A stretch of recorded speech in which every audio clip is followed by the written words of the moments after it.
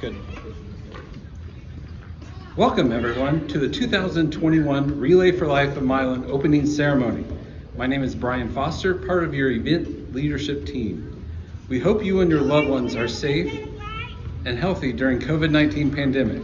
It has been a challenging time for all of us, but now more than ever, our cancer patients and caregivers need us. Even though we are apart, we stand together, united in the fight against cancer. Although we may be relaying virtually again this year, we will still be supporting the mission of the American Cancer Society. Although we aren't gathering as an event in our beautiful Wilson Park, our teams are gathering at their own locations so we can relay safely. We're asking that all participants, wherever they are, follow the guidance of their local health departments to safely gather and take precaution to prevent transmission of COVID-19. Now more than ever, the American Cancer Society needs our help, and we want everyone to be safe when we make a difference in the fight. And next we have Elizabeth to go over the relay mission. Thank you, Brian. In Michigan, there will be an estimated 61,000 new cancer cases in 2021, and 21,000 cancer patients are not expected to recover from their diagnosis. But there is hope.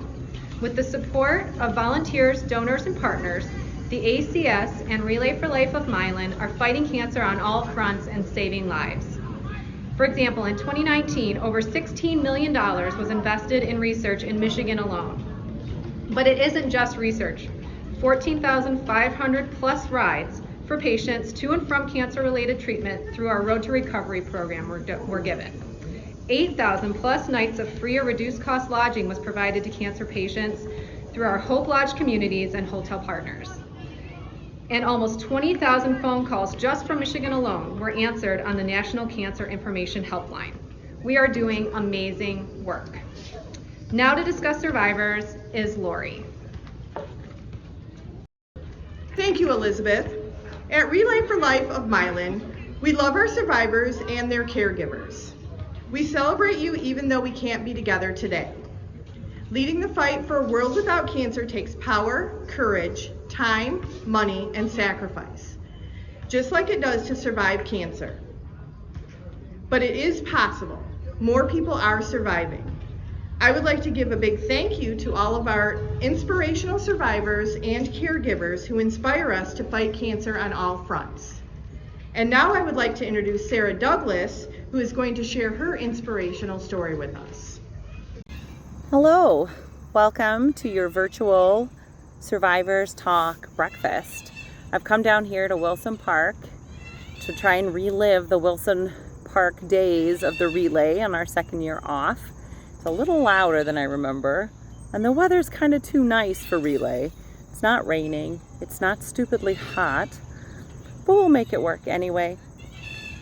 Some of you might recognize me. My name is Sarah Douglas. I live here in Milan, have done for 14 years. I have done the Survivor Talk before a few years ago.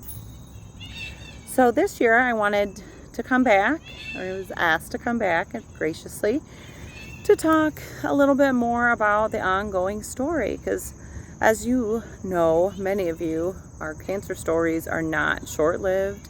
They are not one chapter at all. So for those of you who did miss my talk for a few years ago, I was diagnosed with Hodgkin's lymphoma back in the early 90s. I was 22, at college, partying, having a good time, getting decent grades, and having a job, all those fun things. And it was a big surprise, because you don't expect cancer when you are young. Well, you don't ever really expect cancer, let's face facts. But being young, you really did not expect cancer. So I was diagnosed with Hodgkin's lymphoma, stage 2, and I needed chemotherapy and radiation, both. At the time, that was standard treatment. And there were studies going on to try and eliminate the radiation portion because of the long-term side effects of large amounts of radiation. I joined one of those studies because I was young and fearless and thought it was the right thing to do, which it was. And I was in the control group. So I did have 4 rounds of chemotherapy and 20 rounds of radiation with a little time off for good behavior in the middle. And I was cured and life was great. But ever since then, for the last 25 years, I've been on the high risk alerts for breast cancer, lung cancer, leukemia, and thyroid cancer, because they received a lot of radiation through my treatment and weren't able to be sheltered. So I started my mammograms when I was 40. So I guess my 8th mammogram was a fail. Wah, wah. So Thanksgiving of 2019, I was diagnosed with stage 1 breast cancer, which is great as far as it was caught very early. I had been very diligent. Normally that would have been a lumpectomy and radiation sort of treatment, but because I've had so much radiation, I'm not allowed anymore. I had a mastectomy beginning of 2020, and you know how the rest of that year went. Turns out it was the highlight. So I have a beautiful new right breast. Her name is Barbie. We get along just fine. I'm still at a high risk alert for my left breast because it could also develop breast cancer. I get yearly chest x-rays and thyroid checks. I have a specialist for that coming up. Leukemia is checked for every time I go to my medical oncologist. So I'm doing what I need to do to keep on trekking, as you all are. So why am I here again? Well, I am now a 2-time cancer survivor. Therefore, I get 2 free breakfasts and 2 t-shirts. And I'm excited about that. Bring them by my house whenever you're ready.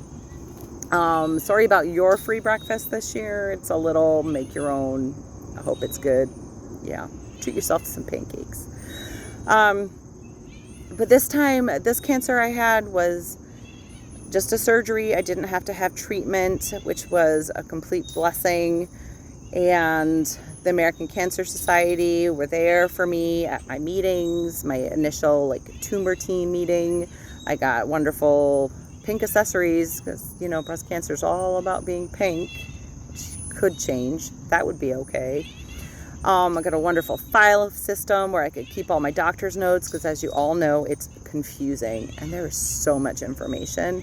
So I was able to keep everything together, keep it organized. I had phone numbers. I had people I could call for layman's terms and to see what was going on. I had the decision of just getting the one side mastectomy or getting both done. And that actually ended up to be quite a traumatizing choice. I did choose on the one at the end, but I went back and forth many, many times. I thought I could be badass like Angelina Jolie and just do it all, but I couldn't. I just really needed to take one battle at a time, and I have absolutely no regrets. That's what worked best for me. And the Cancer Society helped me get in touch with other people that I could talk to and run ideas by.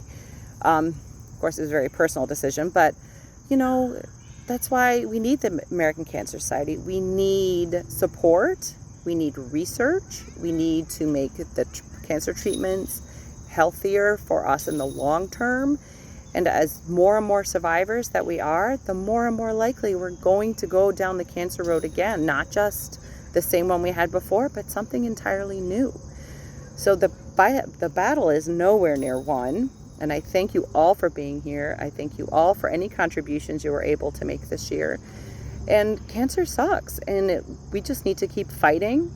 And I dedicate my talk this year to 2 of my favorite people on the planet who are in cancer treatment right now, and I send them big love and all my support. And as always, I lost my father to cancer, and I will dedicate my luminaire and my thoughts and prayers to him and his battle, which was very short and aggressive. And to you all out there, keep fighting, keep living, keep getting checked, and keep participating with each other. Let's keep this a beautiful community event. Thank you so much. Thank you so much for sharing that story, Sarah. We appreciate you and we celebrate you. I'm Chris Orbeek. I'm the event lead for the Relay for Life of Milan, and it is my pleasure at this point to introduce Kristen, who will share a few messages from the American Cancer Society. Good morning, Milan Relayers. My name is Kristen Pilon, and I am your American Cancer Society staff partner. I just wanted to take a few seconds this morning to say thank you. Thank you so much for continuing to relay for the last few years despite COVID. Thank you for continuing to think about your safety of yourselves and others, and thank you for continuing to relay with us. I really hope that you guys have a great weekend, and I hope that soon we can all be together and we can continue to relay in person in 2022. Have a great day, and now I would like to pass it on to the Milan Relay leadership team as they celebrate where we're standing at this moment. Thank you.